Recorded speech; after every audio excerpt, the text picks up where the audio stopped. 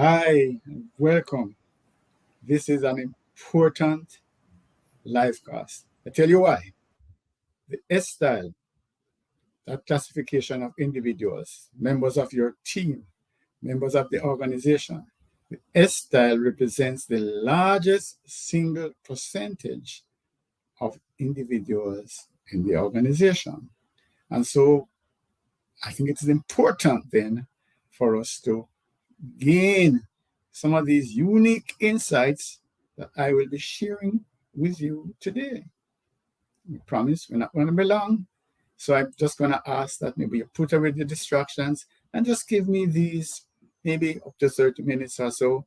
Normally end up around that kind of time frame and get some important insights about the largest single percentage of members of the team, members of the organization. So I'm Trevor E.S. Smith. I'm with the Success with People Academy, and I will be your guide today. Just know this is a live class. You won't be able to speak. However, you can participate by typing in the chat. My colleague Rohan is on with me, and he will actually be monitoring the chat. So if you have a question or if you have an insight, please type in the chat as we go forward. So let's then look at what is our agenda today. We want to look at the context. Why are we talking about this? We want to look at we want to limit it to three benefits, serious benefits that the S-style colleagues bring to the organization. And then there's a question. There's a question as to whether some of the things that we might be celebrating with respect to the S-style, whether that could be a hindrance in different ways. Big question. Normally, individuals, we look at the S-style as almost like your teacher's pet, that, okay, we need to have these people who are so sweet and nice and, make things work. But there's a question sign as to whether that could be a limiting factor. Woo, big challenge there. And then, of course, as usual, we put in place solutions. Every issue that we bring to the table, we have ideas as to how they could be improved or how they could be solved. So there we are. Let's get going. So the context, and for those of you who might be coming to the DISC framework late, the concept is that you can classify the way that we cope, the way that we navigate through life into four groups. We're not saying there are four types of people. We're not that silly. And so when people are saying, hey, throw DISC, because they are saying it's only four kinds of people, and we all know that there are more than four kinds of people. That's not it. Carl Jung said that you can classify the way we cope, the way we respond to life's unfolding events into four groups. We classify all sorts of things. In grammar, we classify nouns, we classify verbs, adjectives, classifications help. And all Jung was trying to say is that you can classify. Now, we have this concept that we have taken the DISC framework and we have built it into a model, and we call that the discerning communication model. The discerning communication model of, the discerning model of communication and leadership. That's where we are. And so we like to look at it as having four bags of tools, massive bags, however. So we have four bags of tools to cope with life. And that's it. So we have incoming information and we choose the most appropriate set of tools. Now, when you do an assessment, normally the idea is that the assessment instrument should be like a video camera that's looking at how you make choices, let us say over 10,000 choices, or and then look at the frequency with which you choose one bag of tools as against another bag of tools. So that's the concept. The concept is that we are looking at how we respond, how we choose to deal with life as it unfolds. And so that's it. So Jung says that there are four bags of tools: dominance, inducement, steadiness, and conscientiousness. That's the disc. Dominance, the I is inducement, the S is steadiness, and the C is conscientiousness. So the S here is what we're simply calling the S style, the steadiness, right? And so I have some key characteristics of the S style there. That's steadfastness, the one stability. They also might be shy, very supportive. Um, yes, sentimental. There, when I put the status quo there, all you're saying is that let's not just make change for change's sake. If we're going to change, let us think it through, let us prepare for it, and let us have it done. So one of the challenges that people have with this style is that they're saying they don't like to have change. That's not true. It is just that unplanned change sometimes makes no sense. So single-mindedness in a sense, because yeah, one thing at a time and that done well. And now the science is supporting the style thing that says that multitasking in reality is not scientifically possible, especially when it requires thought processes. Yes, so you really be moving fast from one action to another. So there we go. Service oriented, we talk about that. And the sameness is that if we keep doing the same thing and doing it well, then we're going to get better and better at it. That's the whole idea. And of course, we know about the selflessness, because that is the self-sacrificing issue that is brought by our S-style colleagues. And this is an area of developmental work for people like myself that says to our S-style colleague, be less submissive. Be less submissive. Yeah, raise your hand. You have a point to make. It's okay. You put up your hand as well. Type in the chat. Don't wait until say, okay, fine, I don't want to be the first one. You have a point to make. Make it. And also stand up for your rights. You know, this idea of giving up your rights for a peaceful life, yeah, in some instances, but sometimes you have to stand your ground. So there we go. So that's a quick insight into the S-style and the thinking that goes into use of the S-style bag of tools. So now, there are times, let's get to our topic, as to whether, in fact, the S-style team members are the glue that holds the team together. So there are times in teams, families, groups, where disagreements, we don't have to see things the same way. And sometimes the disagreements get to the point where the level of tension is increased. And, people might actually get to the place where they start to shout, and the emotions, are more really manifested. Now, in many instances, it is the S-style individual who comes in and says, hey guys, okay, hold on. Let's take a break. Stop. Let's see how we can continue the discourse, but without, the personal, that bringing personalities into it. And, let us see if we can move away from just holding positions to trying to find a solution. So that's where the S-style colleague comes in. If you want to call it the peacemaker, the conciliator, all of that. That role goes there. And believe me, that's underestimated, the value of that, because it is out of that further tension and even animosity and long-term siloization, where I'm not speaking to this one and this department is not speaking to the other one, that cuts it off before it gets to that kind of level. And so we need to be respectful and understand the role and the importance of that intervention when they're saying, hold on a little bit, stop, hold on guys, this is going too far. However, uh, there is a um, sense in some instances, we talk about that on the next slide, where people are saying, that's a problem. I was once, I mean, just say this quickly, I was once playing that role in a scenario where it was actually a church discussion, and brothers were actually almost seeming to want to get to fisticuffs. And I'm saying, hey, cool on, just stop, listen, whatever it is.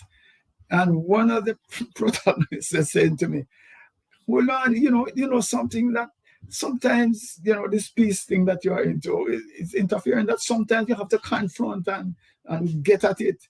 And so I understand that that concept is there. But let me go back. I want to talk about that hindrance issue later on. But let me go now and talk about some of the benefits of this way of thinking. Individuals who have a preference for using this bag of tools, the S style. So, in our discerning model of communication, the S style has one characteristic that is very important, and that is being supportive. Being supportive. And they don't have to be in charge. Yeah. They are comfortable with providing support to make the team function more effectively. Don't have to be in a leadership role. As a matter of fact, it is all together. Let us come together. All for um, all for one for all for one. That's the kind of idea. What that means is that teams can rely on their S-style team members to be cooperative, and in many instances to be even self-sacrificing in the interest of the team. Okay, take away my coaching to the S-style individuals that not all the time. Don't be self-sacrificing all the time. Sometimes you need to stand your ground, stand up for what it is that you're believing and you need to have happen. So, no, just think about it. In today's environment, in which a lot of individuals are inward looking and really just focus on their own career advancement, this kind of individual makes a huge difference to the team and to the organization. And we need to pay respect to that. We need to treasure those individuals who are there to support and to make the sacrifice for the organization and for the team, and not just look to their own needs. So the second benefit relates to the question of respect. Respect. Again, we can see the degeneration in terms of interpersonal relationships. We can see how people are speaking to each other. We can see the terms that we use to describe and to classify individuals. That's totally disrespectful. So we undermine people in order to advance ourselves. And one of the things that come from that S-style toolkit is that team members are respected. S-style provides an across the board respect for all team members, regardless of gender, age, whatever, any kind of classification. Everybody is treated with respect. Isn't that something that we would want to bring back to the table, where people are respectful of others? And what that does actually, it facilitates more effective communication. When we do our climate surveys of organizations, employee satisfaction surveys, one of the things that come at the top all the time is communication. They find challenges with communication. And so if we can have at least one aspect of communication being enhanced by a mindset, and by the way, the toolkit also reflects mindset. It's a particular mindset that would cause me to want to use a particular bag of tools. And so this idea of being respectful of others makes a difference. Even though we might not hold the same opinion, even though we might have differences in how we see life, at least we can be respectful of each other. And so one of the things that arises then from this increased respect for others is that we tend to listen more attentively and non-defensively. So when we respect others, the communication is not necessarily wrapped up in defensiveness. Let me see what they're going to say now. I'm tuned out. I'm not listening because I don't share their view, or they're lesser than I am, or I don't speak to that race, or this gender is inferior. All of those things are put aside, and so people can hear. When I say hear, I mean really internalize more effectively what is being said, what is being communicated. And so there's also a willingness to look beneath the surface to better understand, why is Trevor saying that? How did he come to that?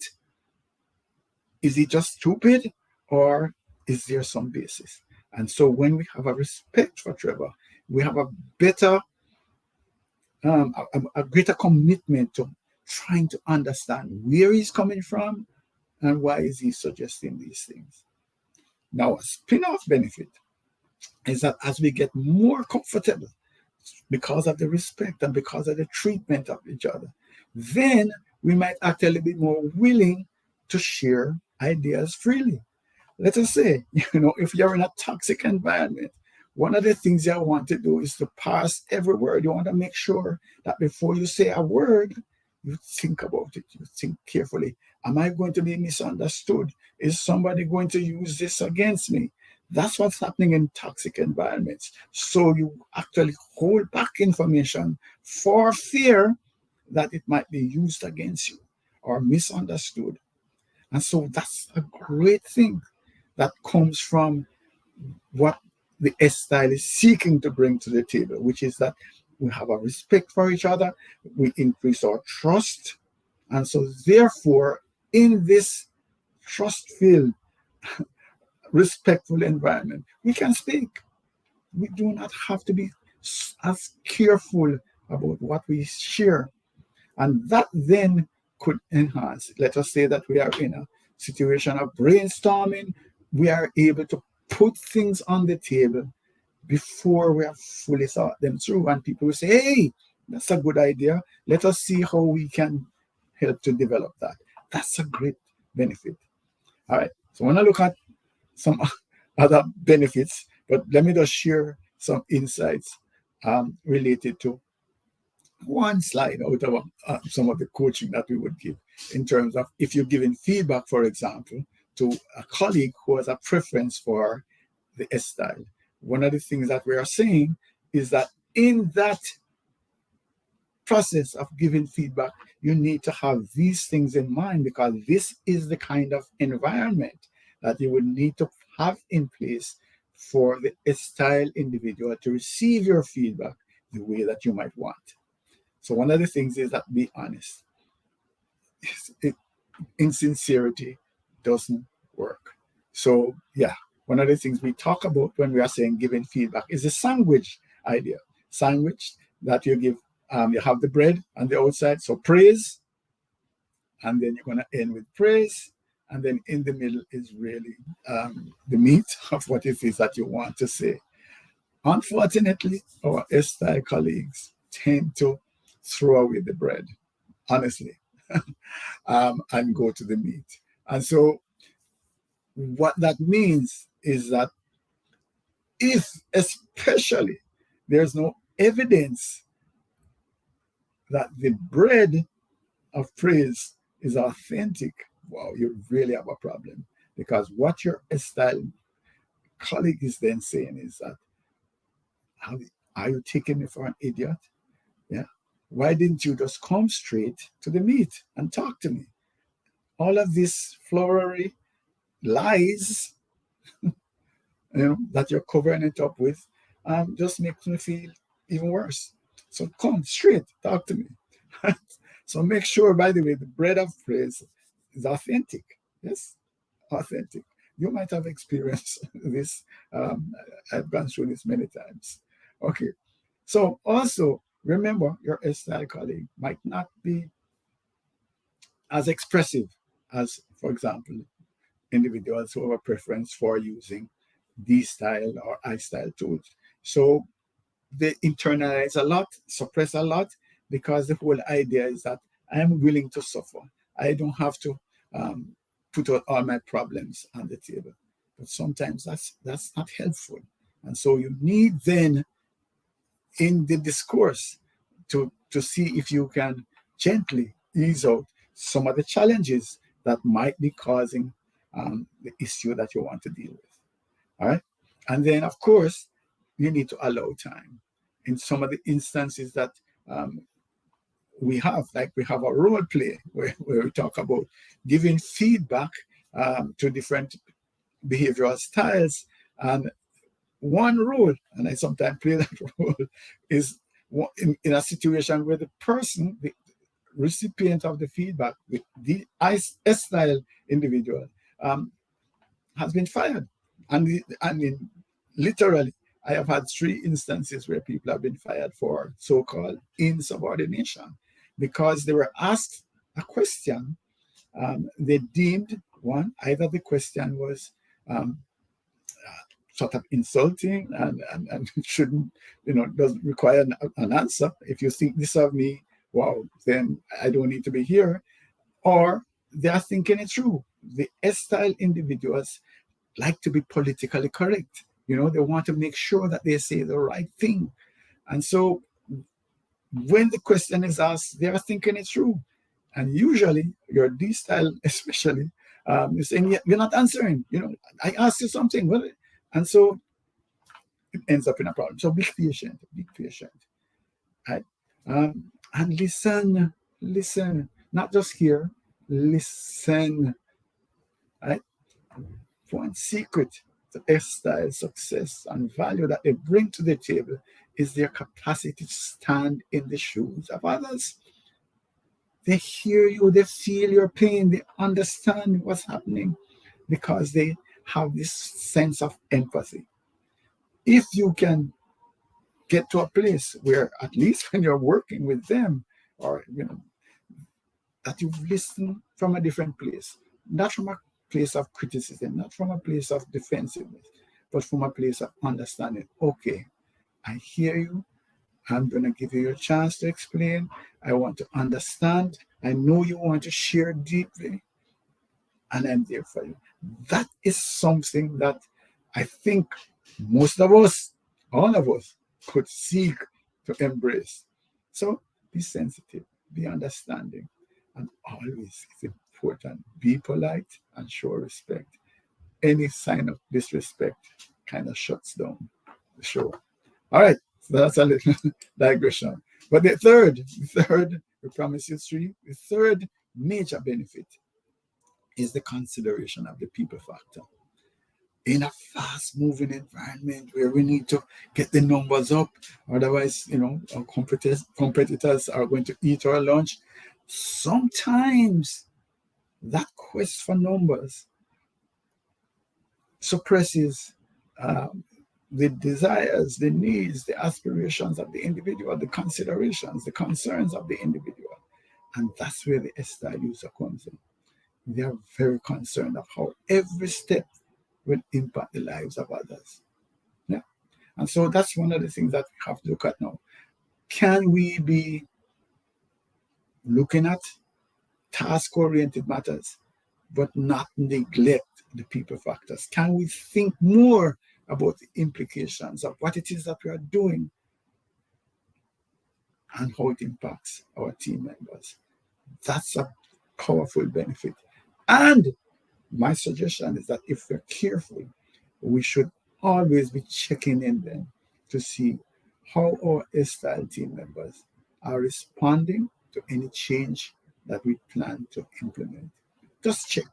Just use them as a sort of barometer as to whether we're going in the right direction, or a compass, or whatever it is you want to call it. That I'm mixing metaphors here.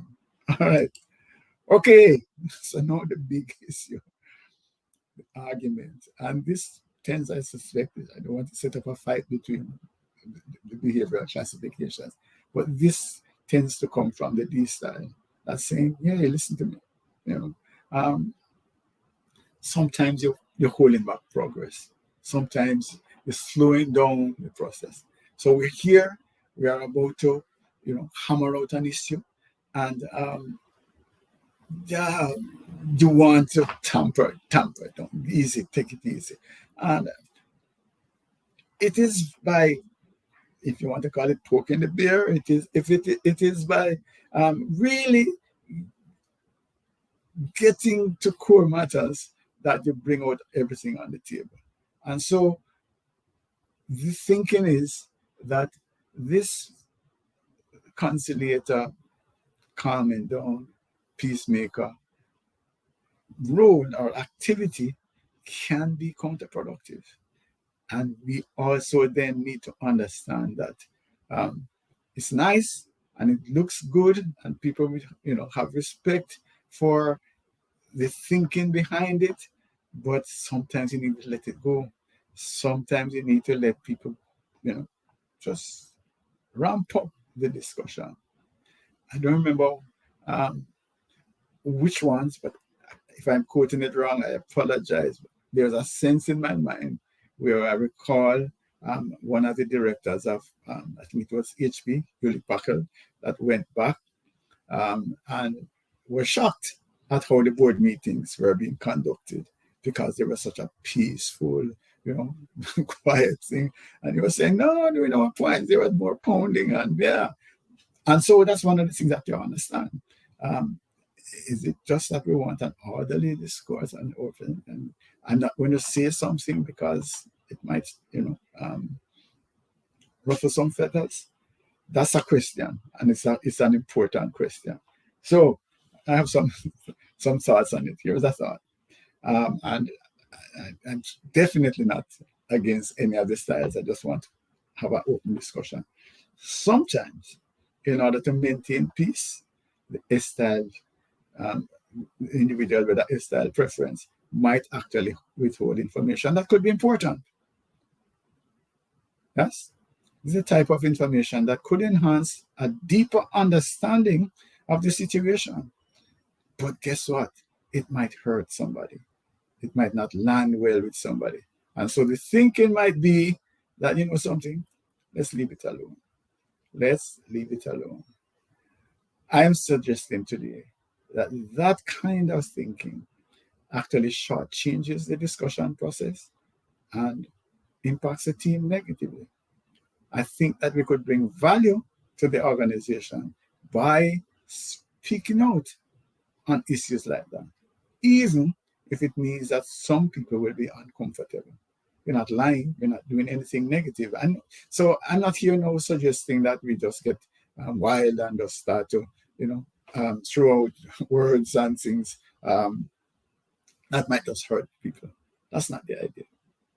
What we want to look at, though, is to get to a place where we can put things out on the table that are important to the advancement of the team and the organization. So here are some ideas. I really suggest that individuals with a preference for a style behavior, that they need to ensure that they present their views on issues and manage their people focus in the overall interest of the team there. Weigh up the balance. Is hurting, or I wouldn't say hurting, clearly. There might be some diplomatic ways that you could actually present the information. You don't want to hurt anybody. But at the same time, you need to have the information out. So find some way to achieve that balance. On the other hand, similarly though, I'm suggesting that the D-style users need to commit to listening some more. Listen more carefully and spend more time understanding what it is that people are trying to communicate to you. All right? All right. So let's push forward. Another thought relates to the teams. And so sometimes, of course, in the heat of the moment, we might say things and do things that are, as a result of the pressure. And so I would suggest then that we might reflect on the value of that caring, that understanding, and that desire to create a harmonious environment. That is something that even in the thrust and the cut and all of that dynamic, that we also need to think about the people. So I'm just going to invite you to let's have an exploratory conversation about how we can enhance communication in your teams and also improve performance. Here it is. There's a link. It's a HubSpot link. It's meetings.hubspot.com/Trevor Smith 4. So meetings.hubspot.com/Trevor.Smith4, or you can just send me an email to info@successwithpeople.org. With info@successwithpeople.org. If you were with me the last time, you would have seen this. I just want to quickly share to you though that how easy it is for us to use our behavioral DNA diagnostics and our discerning communication model to make a huge difference. When we do the assessments, we definitely get these kinds of, now I understand. So that's why, and we can build from that. And it takes just 10 minutes, 7 to 10 minutes to get the assessment done. Then we go to the back office and prepare the team maps, prepare the individual maps for the behavioral assessment. And so that's where it is. The Success with People Academy. We empower individuals, teams, and the whole organization. Human capacity development is what we do. We heavily invested in technology, and we use that to manage learning. We use that to drive performance management, onboarding. So we have a raft of technology that we use to drive our human capacity development processes. And of course, we mentioned also that we do the behavioral assessment and wrap it up in our discerning model of communication and leadership.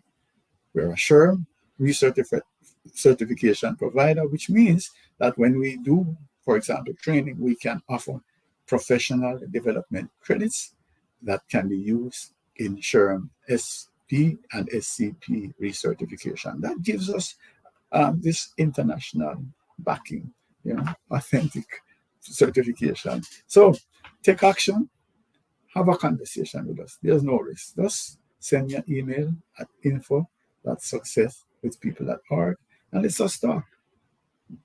I have no challenges to that. All right. So thank you.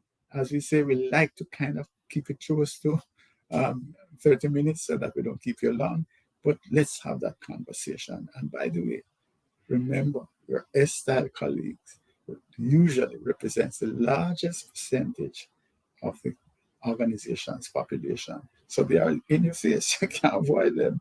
So let's see how some of what they bring to the table can make a difference and can, in fact, be a glue that holds your team together. Thank you again. I'm Trevor E.S. Smith. We're going to hang around, keep it open for a minute. If someone wants to have a question that I have an input in the chat, you can do that now, but you don't have to do it now if you don't want to. You can just send it to me by email at info@successwithpeople.org. Thank you and have a good week. See you next week.